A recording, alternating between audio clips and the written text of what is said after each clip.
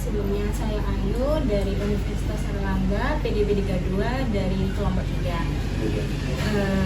Mungkin Bapak dulu perkenalan, namanya Bapak siapa? Nama saya Usman, pemilih dari Rumah Batik Jawa Timur, Surabaya yang berada di Jalan Bumi 8 Timur, nomor 4, Surabaya. Sebelumnya kami izin mewawancari Bapak. Ya, silakan Ayu. Oke, yang pertama boleh diceritakan Bapak sejak kapan Rumah Batik ini didirikan atau tujuannya didirikan ini kenapa? Pertama tahun 2008, Mei tahun 2008 disahkan oleh Gubernur Imam Utomo.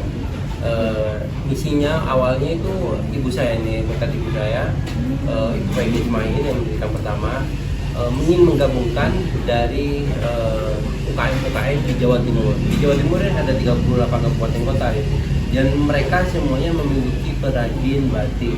Akan tetapi yang lebih diangkat itu gaungnya itu lebih kayak Solo, Jogja, Pekalongan. Dan di Jawa Timur ini lebih banyak ke batik tulis malahan. Jadi kita perlu bangga ya ada di Jawa Timur. Nah, misinya untuk menyatukan itu pada tahun 2008 itu ibu saya berhasil menyatukan belasan, hampir 20 kabupaten kota waktu itu. Itu misinya. Bapak, untuk pertanyaan selanjutnya, apakah di Rumah Batik ini ada program khusus edukasi untuk pelajar atau generasi muda? Iya, benar, ada sekali. Jadi kami membuka kelas membatik di sini yang cuma 1-2 jam seperti yang ada akan kerjakan ntar lagi yang kita coba bareng-bareng. Terus ada juga paket yang 3 hari membuat shawl batik atau taplak meja batik. Terus ada Bapak, bagaimana peran Rumah Batik ini dalam melestarikan kearifan lokal di Jawa Timur?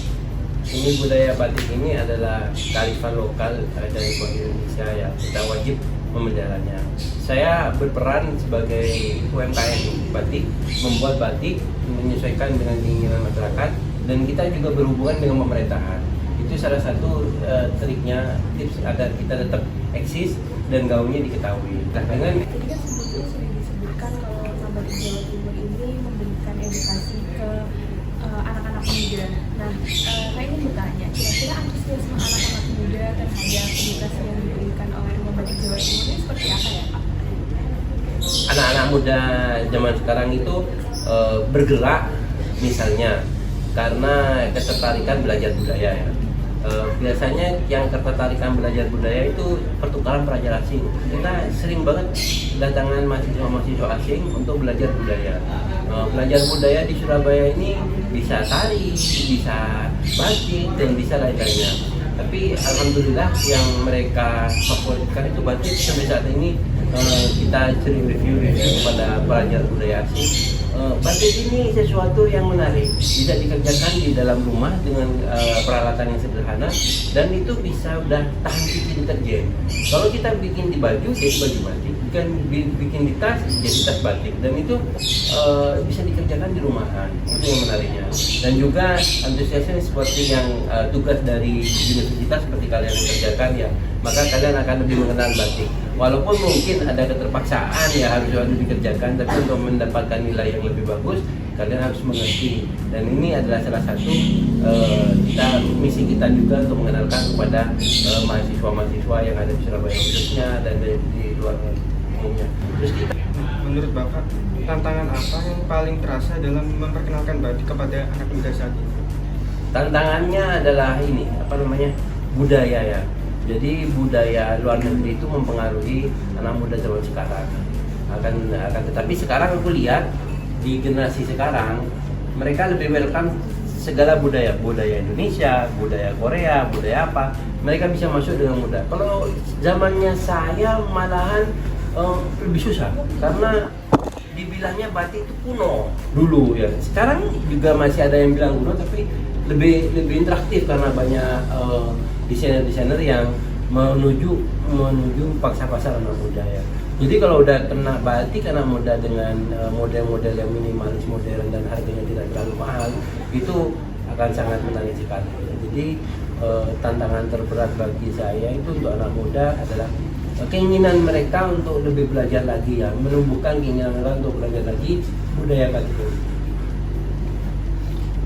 lanjut untuk pertanyaan terakhir Bapak, apa harapan Bapak terhadap keberlanjutan pelestarian batik oleh generasi muda ke depan? Harapan saya mereka lebih peka dan bisa membuat inovasi-inovasi di generasi-generasi muda sendiri. Karena saya lebih memegang teknik batik klasik ya. Jadi masih banyak teman-teman saya yang inovasinya lebih tinggi. Jadi bayangkan kalau kalian yang baru belajar batik, terus mengetahui proses batik, terus diterapkan nih, aku punya ide nih, bagaimana kalau tas-tas sekolah, tas-tas yang bisa dibawa ke laptop, tas apa ya, kita kasih sedikit batik, sedikit aja ya, dengan inovasi-inovasi tertentu yang mempunyai filosofi misalnya tentang kuliahan ya, tentang uner ya, jadi kita itu akan sangat menarik sekali tantangan-tantangan seperti itu. Dan mudah-mudahan generasi muda terus berkarya dengan seni budaya yang ada di Indonesia. Baik, terima kasih Bapak atas waktu dan informasi yang sudah diberikan. Sama-sama. Semoga Rumah Batik Jawa Timur ini bisa semakin dikenal dan Amin. terus menginspirasi generasi-generasi muda Amin. selanjutnya. Semangat.